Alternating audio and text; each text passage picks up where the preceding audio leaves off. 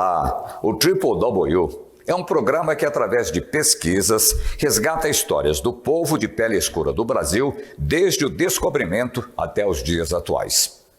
O que queremos é recuperar histórias não relatadas, fatos através dos séculos que mostram pessoas não conformadas com a situação em que viviam e que vivem, mas que, apesar de todas as dificuldades, têm, através dos séculos, se esforçado e muito para buscar melhorias em suas vidas. As dificuldades, no decorrer dos tempos, ganharam vários formatos, mas são as mesmas. Percebam nas histórias contadas desde os primeiros programas que só o desejo pela mudança não foi, não é e não será o suficiente.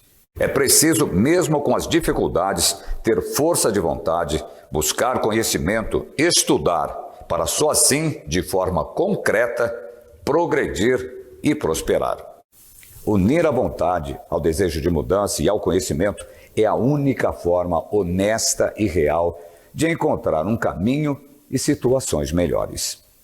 Como vocês já devem ter percebido, não teremos a nossa apresentadora Elaneida Reira nesta edição do programa, porque ela está doente.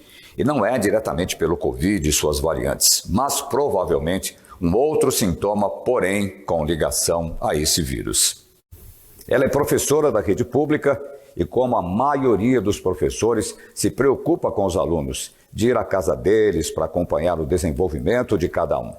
Então, o nosso desejo de melhoras à professora Elaneida e a muitos outros professores que, tenho certeza, também têm o mesmo tipo de preocupação com seus alunos.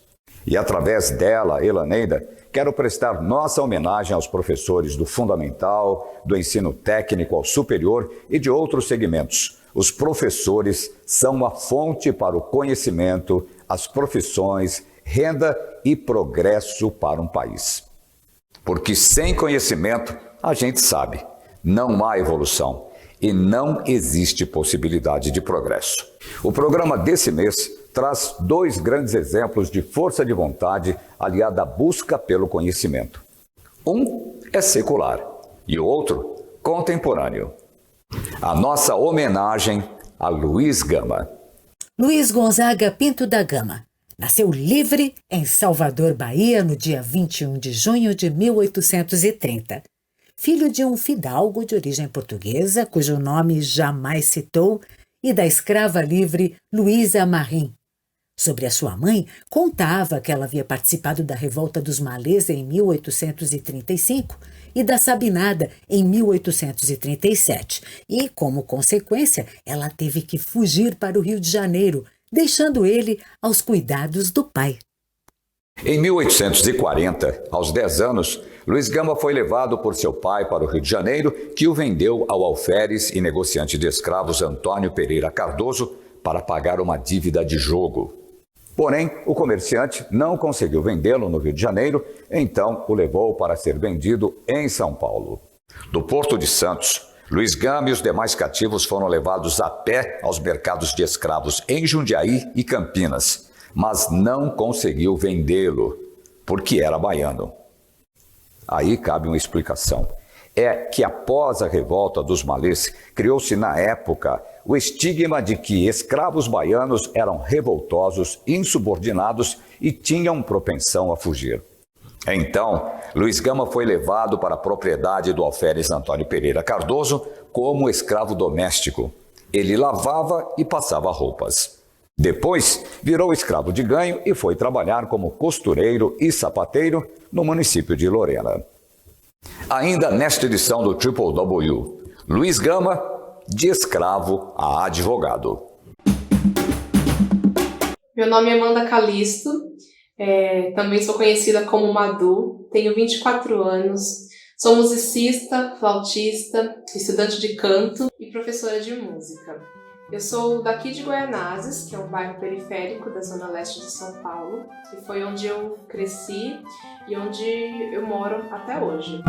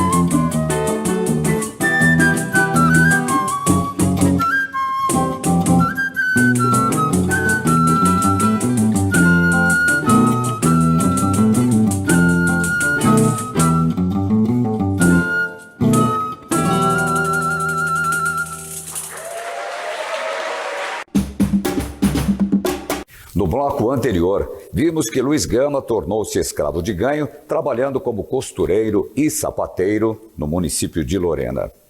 Em 1847, Luiz Antônio Rodrigues do Prado Júnior, um estudante de direito, hospedou-se na casa do alferes Antônio Pereira Cardoso, o então dono de Luiz Gama, e esse estudante de direito ensinou o alfabeto para Luiz Gama. No ano seguinte, 1848, Gama estava alfabetizado e já ensinava os filhos do alferes a ler. Fato que ele utilizou como argumento em favor de sua alforria, mas não foi bem sucedido. Ainda em 1848, com 18 anos, e sabendo que sua situação como escravo era ilegal, uma vez que sua mãe era livre, Luiz Gama fugiu para a cidade de São Paulo e conquistou a sua alforria na justiça. Nesse mesmo ano, alistou-se na Força Pública da província. Em 1850, casou-se com Claudina Gama, com quem teve um filho. De 1848 até 1854, Luiz Gama fez parte da Guarda Municipal e durante esse período em que serviu na Guarda Municipal, trabalhou como copista para autoridades oficiais, já que possuía boa caligrafia. Em 1854, foi preso por insubordinação após ameaçar um oficial que o havia insultado. Ficou 39 dias preso e, em seguida, foi expulso da corporação. Ele foi expulso da Guarda Municipal em 1854. Todavia, em 1856, foi contratado como escrivão da Secretaria de Polícia de São Paulo, no gabinete de Francisco Maria de Souza de Mendonça, um conselheiro e professor de direito. Luiz Gama aproveitou a oportunidade para absorver o conhecimento de Francisco Mendonça e de sua biblioteca, e assim tomou a decisão de graduar-se pela Faculdade de Direito do Largo de São Francisco. No entanto, não conseguiu fazer a matrícula. Os alunos da faculdade se manifestaram contra a sua presença porque ele era preto, ex-escravo e pobre. Apesar disso, insistiu até conseguir uma forma de estar presente na faculdade, assistindo às aulas como ouvinte.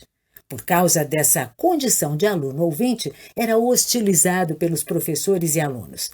Porém, a sua força de vontade e insistência o fez tornar-se um rábula, nome dado ao indivíduo que possuía conhecimento jurídico suficiente para advogar, mesmo sem possuir o diploma de advogado. É importante saber que no século XIX só existiam duas faculdades de direito, a de Olinda, em Pernambuco, e a do Largo de São Francisco, em São Paulo, de forma que era comum a ordenação prática de profissionais provisionados, não só os advogados, mas também engenheiros, dentistas, médicos e assim por diante.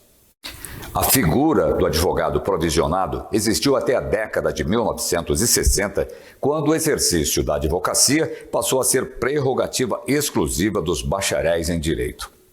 Em 1868, devido aos resultados da sua atuação como defensor em processos de escravos, Luiz Gama foi demitido do cargo na Secretaria de Polícia por pressão dos conservadores que estavam insatisfeitos com as alforrias conquistadas por ele. E a história continua. Daqui a pouco, o jornalista Luiz Gama. Agora, vamos saber da Amanda Calisto como aconteceu o início dela na música. O meu estudo realmente começou quando eu tinha mais ou menos uns 10 ou 11 anos, que eu estava na escola, né? Eu estudei no Céu Jambeiro, que é uma escola pública aqui da Zona Leste, que oferece diversas atividades para a população, né? Para a comunidade, para as crianças, para os jovens. E eu estava na saída da escola e encontrei um anúncio de que seria possível estudar música gratuitamente pelo Projeto Guri, ali mesmo na minha escola, né? E aí eu fiquei muito interessada e fui atrás de saber como que eu podia ingressar lá. Na época eu não sabia qual instrumento eu queria, né? Eu não conhecia muitos instrumentos, mas eu tinha uma vontade de fazer percussão por conta do meu envolvimento que eu tinha com batuque, eu tocava em terreiro na época, né? Mas aí me orientaram a fazer um outro instrumento e eu acabei entrando em saxofone. Apesar de não conhecer o saxofone, eu cursei saxofone por alguns anos, assim, da minha infância e pré-adolescência. E aí eu entrei na Escola Municipal de Música, quando eu ainda era adolescente, mas fiquei pouquíssimo tempo lá, porque eu percebi que o saxofone não era meu instrumento. E aí eu retornei para o Guri para estudar flauta transversal, porque nesse tempo eu conhecia flauta, eu conheci melhor o som da flauta, e eu gostei bastante. E aí eu voltei para o Guri para estudar flauta, e me adaptei super rápido ao instrumento, né? Então, nesse tempo que eu voltei para o Guri, eu participei da banda sinfônica de lá, da orquestra sinfônica, me apresentei na Sala São Paulo, no auditório do MASP, no Clube Hebraica, no Sesc, e foi muito importante para a minha vida esse retorno do Guri. E aí eu fui percebendo, né, conforme eu fazia os concertos, estudava, que música realmente era uma coisa que eu queria para a minha vida. Então, eu resolvi, né, prestar também a EMESP Tom Jobim, que é a Escola de Música do Estado de São Paulo, né, que também é gratuita, tem de professores excelentes de todo o Brasil e também foi importantíssimo para o meu desenvolvimento musical e profissional.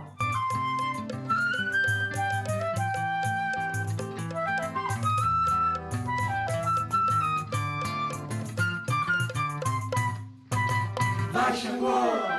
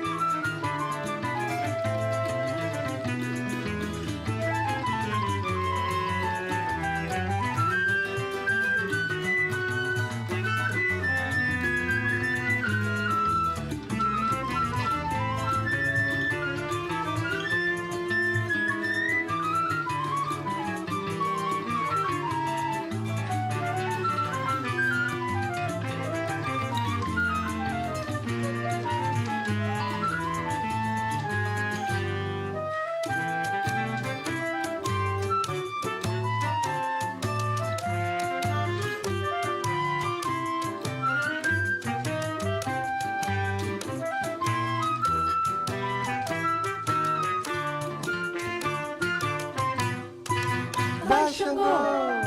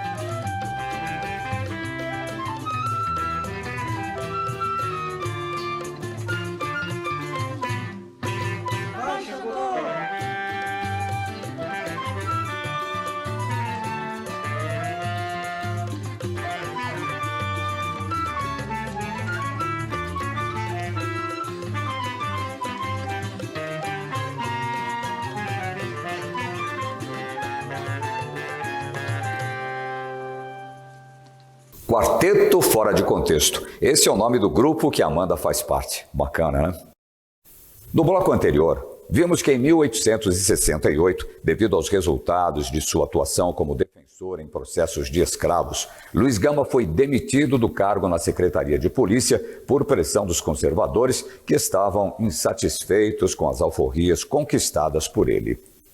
Mas, 4 anos antes, 1864, Luiz Gama, junto com o ilustrador Ângelo Agostino, inaugurou a imprensa humorística paulista ao fundar o jornal Diabo Coxo, que se destacou por utilizar caricaturas que ilustravam as reportagens dos acontecimentos cotidianos da conjuntura social, política e econômica, o que permitia aos que não sabiam ler compreender os fatos. Em 1869, junto com Rui Barbosa, fundou o Jornal Paulistano. Colaborou com diversos jornais progressistas, entre eles Ipiranga, A República, Cabrião, Correio Paulistano, A Província de São Paulo, Radical Paulistano, A Gazeta da Corte, entre outros.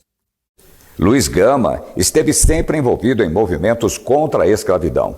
Transformou-se em um dos destacados líderes abolicionistas do Brasil. Em 1873, participou da Convenção de Itu e fez parte do grupo que criou o Partido Republicano Paulista. Ciente de que naquele espaço dominado por fazendeiros e senhores de escravos, suas ideias abolicionistas não receberiam apoio, através do jornal O Radical Paulistano, que era o órgão de comunicação do Partido Liberal Radical Abolicionista e Republicano, Luiz Gama denunciava violações das leis por parte dos representantes dos senhores, denunciava sentenças e apontava os erros cometidos por juízes e advogados. Em 1880, torna-se líder da mocidade abolicionista e republicana. Nos tribunais, com seu conhecimento jurídico e sua oratória impecável, defendia os escravos que guardavam os ganhos para, assim, reunir condições de pagar a carta de alforria, mas eram impedidos de conseguir a liberdade pelos seus donos. Na sua missão de libertar e garantir o direito dos escravizados, Luiz Gama valeu-se de uma brecha no próprio sistema escravista, a Lei de 7 de setembro de 1831, que extinguiu o tráfico negreiro. A partir dessa lei, o povo preto trazido para o Brasil para servir como escravo passou a ser considerado livre. Luiz Gama dedicou-se com afinco a libertar pretos de outras províncias do Brasil sem cobrar pelos seus serviços. Em sua carta autobiográfica para Lúcio Mendonça, Luiz Gama estima ter libertado do cativeiro mais de 500 escravos. E em um caso judicial de 1869, conhecido como Questão Neto, Luiz Gama garantiu a liberdade para 217 escravos. De acordo com a BBC de Londres, foi um ato considerado como a maior ação coletiva de libertação de escravizados conhecida nas Américas. Embora atuasse judicialmente na defesa dos pretos acusados de crime ou para lhes conseguir alforria, atendia também, de graça, pobres de outras etnias, europeus, asiáticos, entre outros, lesados por brasileiros.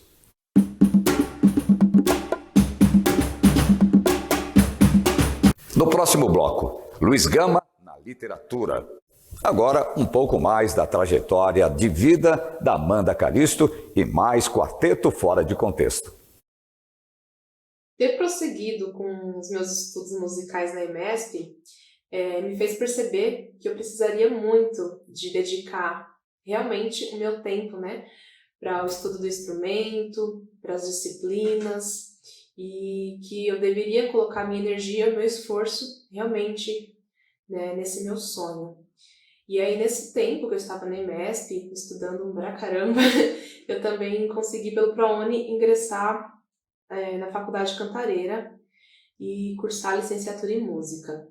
Então, eu fiquei estudando flauta e música na EMESP, ao mesmo tempo que eu fazia faculdade. E para conseguir a renda, eu dava aulas particulares, aula em escola de música e aulas no colégio.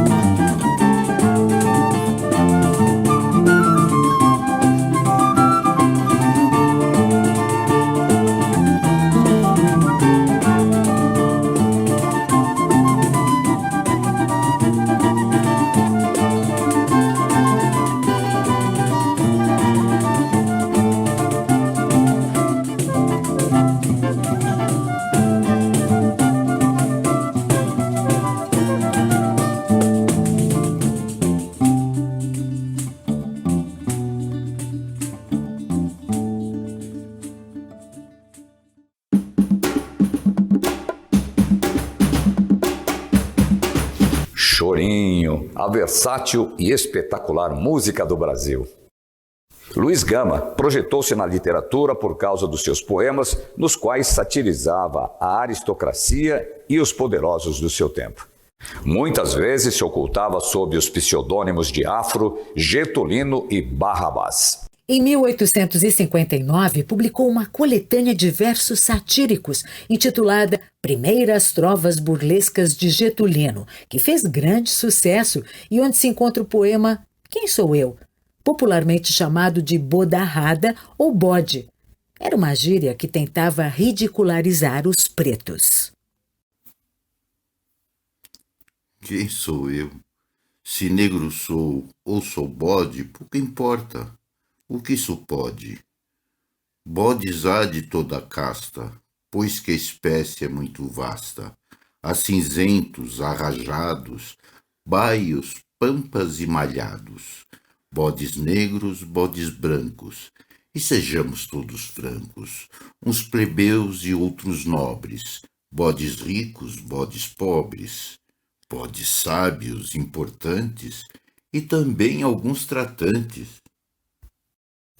Entre outras poesias de Luiz Gama destacam-se Meus Amores, Minha Mãe, O Rei Cidadão, Lá Vai Verso, A Cativa, A Borboleta, Retrato. E em 1861 lançou Novas Trovas Burlescas, uma edição ampliada de seus poemas. Ele também deixou peças líricas de reconhecido valor. Vítima do apagamento histórico por mais de um século, aos poucos, as façanhas de Luiz Gama, comprovadas em documentos, vêm sendo resgatadas.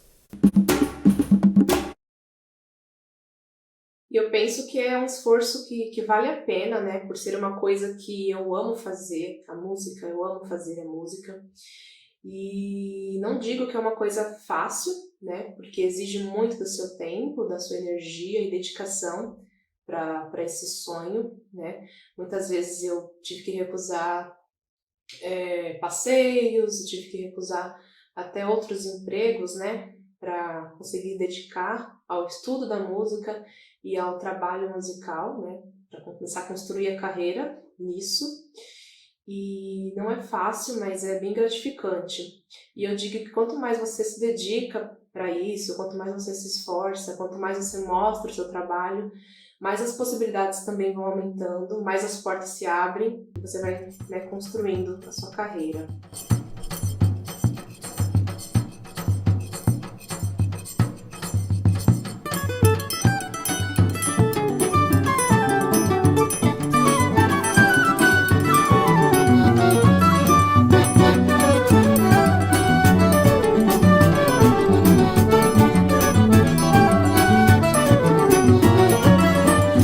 E vou contar para vocês, dançarina igual minha bisavó Madalena com 116, não perdi a pisada do forró. Dançou coco de roda e xenhenhen, quando andou no sertão de Maceió.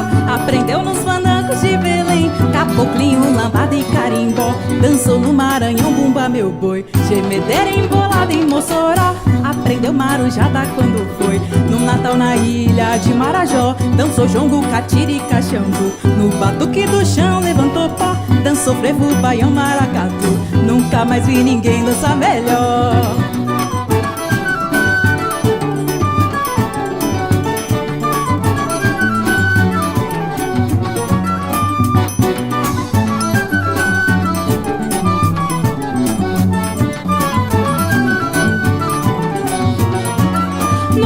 Vou contar para vocês, dançarina igual minha bisavó Madalena com 116, não perdi a pisada do forró. Dançou shot, chachapa e cirandô, e no samba era boa de gogó, de crioulo e de mina no tambor. Madalena no corpo dava nó, na Bahia bateu batucajé, fez cabeça no toque do roncó. Também foi aô de candomblé, de Tomás, de Tobias, de Timbó, chula, chiba, rojão, cateretê. Já dançou nos confins do cafundó, catopé, catumbi, maculele, nunca mais vi ninguém dançar melhor.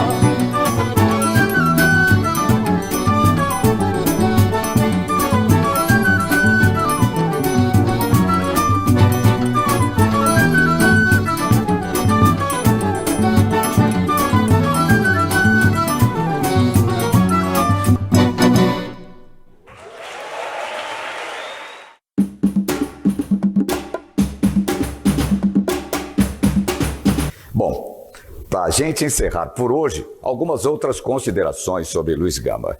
Foi um importante líder abolicionista, orador, jornalista, escritor e poeta brasileiro.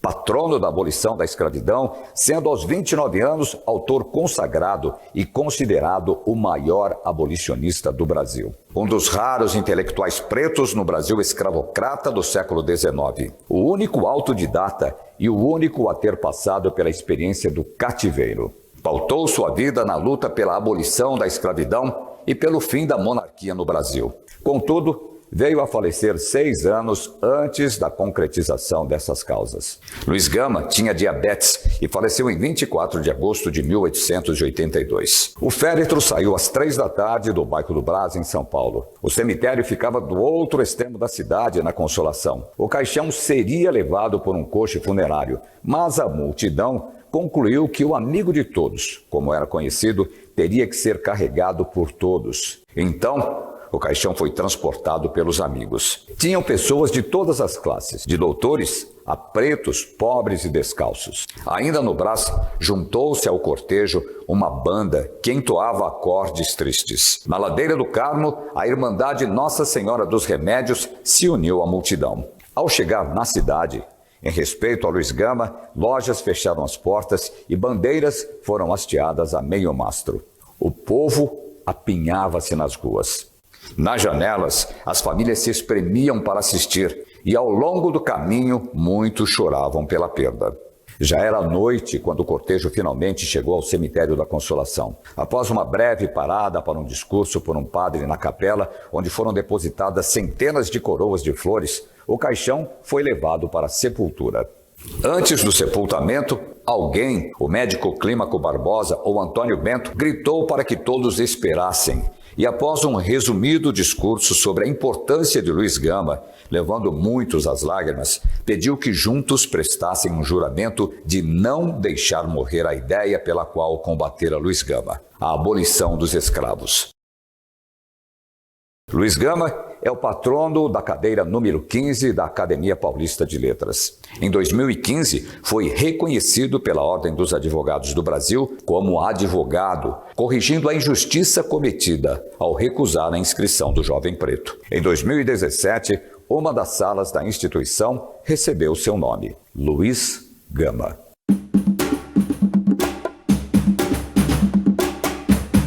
Veja e reveja o programa, porque em cada visualização haverá uma nova descoberta. Todos nós temos um dom. O único caminho para desenvolver nossa capacidade, adquirir conhecimento, interpretar fatos, ter opinião e evoluir, principalmente como ser humano, é através do estudo. E por hoje é só. Agradecemos a sua atenção e a sua companhia. Até o próximo programa.